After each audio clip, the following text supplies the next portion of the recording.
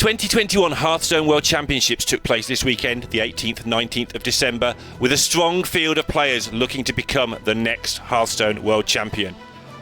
This time around, we had the defending champion also in the mix, however, and that added intrigue to an already strong lineup of players. Let's see how it turned out. Tian Ming came into the tournament with a very strong reputation.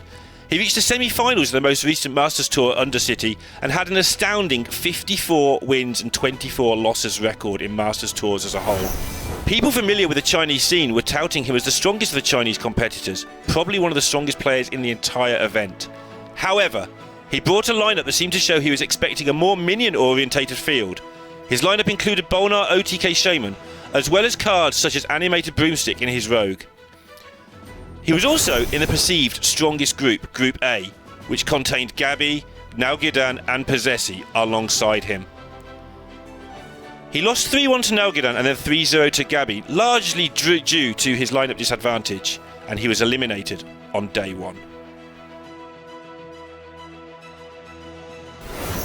The second Chinese competitor was Xiaobai. He won Masters Tour Ironforge earlier in the year, but despite this there were some questions as to whether he would be able to play consistently well under the pressure of cameras. Alongside Tian Ming, he was the only player to bring Shaman. He fared rather better than his countrymen though, and his run came down to a thrilling finish against McBanterface in the Group B decider match. All the way through he exhibited no apparent issue with the nerves that were expected, but in the end, however, his Owl Warlock could just not get the job done, and he was eliminated in the group stages. Phonetic qualified for the World Championships in Season 1 of Grandmasters, but he performed even better in Season 2, and it would have been of no surprise to anyone if he won the entire tournament. However, this time around it did not work out that way for him. He looked as though he was struggling a bit with the pressure of the situation, and he made a couple of uncharacteristic mistakes. However, if the rest of his 2021 is anything to go by, he will still be a fearsome competitor in 2022, and likely be stronger for the experience.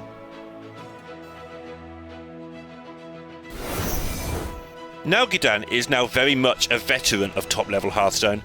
He has always been incredibly supportive of the LATAM scene, and finally got his chance to represent them in the 2021 World Championships. We've always known he was a strong player, but over the last year or two has tidied up some of the mistakes that used to occasionally pop up and ruin his day. He played a very strong tournament, and he also took part in one of the world's greatest matches against Gabby in the Group A decider match. Sadly for NowGuiden fans, of which there are now many, he ended up going down 3-2, but through his 3 matches he showed us exactly how good he could be. In this clip we're seeing him complete 2 Demon Hunter quest stages in one turn. As an already popular figure in the LATAM scene, his sportsmanship, skill and class has won him many new admirers amongst a wider audience this weekend.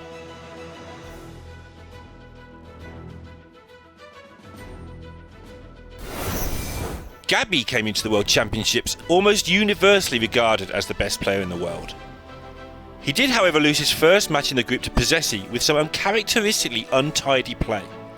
He later took to Twitter to explain that he needed to just stop overthinking things and play naturally. This seemed to work, as he looked to be back to his very best in a 3-0 massacre of Tian Ming in his elimination match, and then he won over against NowGuiden in the decider match.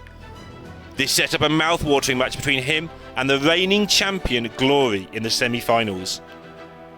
Glory took a 2-0 lead and it looked like it might be over before it began, but Gabby brought it back to 2-2 and left himself a chance to reach the world final, but he still needed to overcome Libram Paladin with his OTK Demon Hunter in an unfavoured matchup.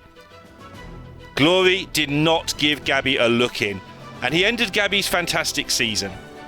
I do however think the Hearthstone world will very much be looking forward to seeing what Gabby has in store for us in 2022. McBanterface is known for his outwardly calm demeanour, and due to that he was still not really getting the recognition he deserved at the time that the event began.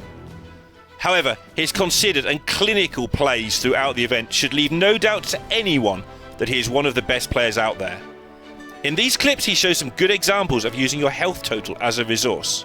I grow impatient. He does just need that one more turn. Of course, Doggy Biscuit off the top would be insane, but if not, he needs something to just get him to Ramming Mount at least. And we see Banterface probably after a little bit of thought thinking, do I have to do this? And realistically, yes, because already we started pointing out more options on ways to deal with this now. That is one of the better plays I've seen all day, because that plays around exactly the eventuality that he's now come up against with the Fell Screen Blast on the other side, and now sets him up for Immolation or off the top. Play perfectly, get rewarded, Raven. That's just how Hearthstone works. That Trog attack was so good. You may have noticed that I've left the two Japanese competitors until last. This is because they both reached the final, and not only that, but they did it without losing a single match between them. They're two players that are in the same practice group along with Alutemo, as well as being friends. Possessi has performed consistently strongly in GM since he got promoted a couple of years ago, and also performed well in the years before Grandmaster system was introduced. Glory, of course, the reigning world champion, and bidding to do the unthinkable of winning back-to-back Hearthstone World Championships. In their lineups, they both had OTK Demon Hunter, Celestial Druid, and Face Hunter. Glory decided to bring one of the two Libram Paladin decks that were in the tournament, and Possessi went with the far more standard Garrote Rogue.